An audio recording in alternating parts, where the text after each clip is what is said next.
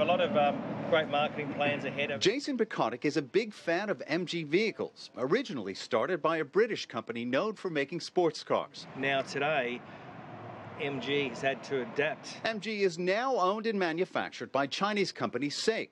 Bukotic worked with the company in 2014 to reintroduce Australian consumers to the well-known brand.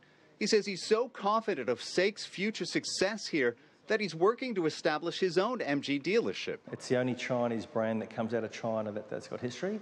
So I see MG, the resurgence or the re-engineering of MG in our country as a positive, hence wanting to be involved in it.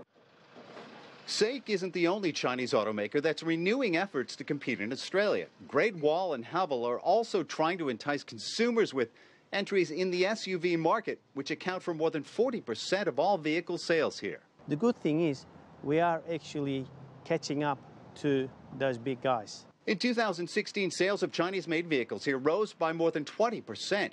Analysts say the efforts in Australia are part of a larger goal by Chinese automakers to better compete in the global market. Australia has always been a favourite testing ground for new products.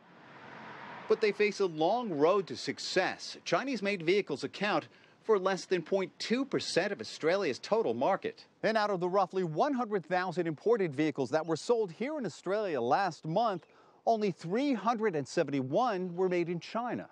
One of the challenges is overcoming the stigma that Chinese manufactured products are cheaply made. The weakness currently in Chinese car manufacturing is quality and supply chain management. And there's overall a shortage of qualified managers in that industry. At a 2010 recall involving about 24,000 Great Wall and Cherry vehicles didn't help, fitted with gaskets that were found to contain asbestos.